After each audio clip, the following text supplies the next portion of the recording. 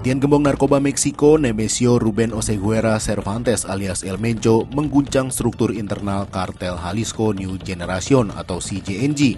Ia dilaporkan tewas setelah mengalami luka dalam operasi militer di wilayah Tapalpa, negara bagian Jalisco pada Minggu 22 Februari 2026. Kepergian sosok yang selama ini dikenal sebagai pemimpin paling berpengaruh di kartel tersebut langsung memunculkan pertanyaan besar, siapa yang akan mengambil alih kekuasaan? Dan bagaimana masa depan organisasi kriminal itu setelah kehilangan tokoh sentralnya?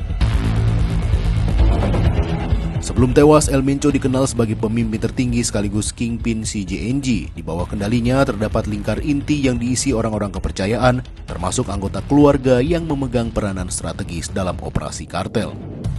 Salah satu figur paling menonjol di lingkar dalam itu adalah Juan Carlos Valencia González alias El Peon. Ia merupakan anak tiri El Mencho yang selama ini disebut sebagai pemimpin de facto nomor 2 dalam struktur organisasi, sehingga namanya kini banyak disebut sebagai kandidat kuat penerus kekuasaan di tubuh kartel.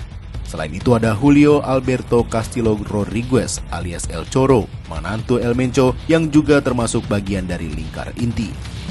Meski belum ada pengganti resmi, sejumlah nama bermunculan dan disebut berpotensi mengisi kekosongan sepeninggal El Mencho, di antaranya Gonzalo Mendoza Gaitan alias El Sapo yang oleh Departemen Keuangan AS disebut sebagai anggota senior CJNG dan bos Plaza Puerto Vallarta.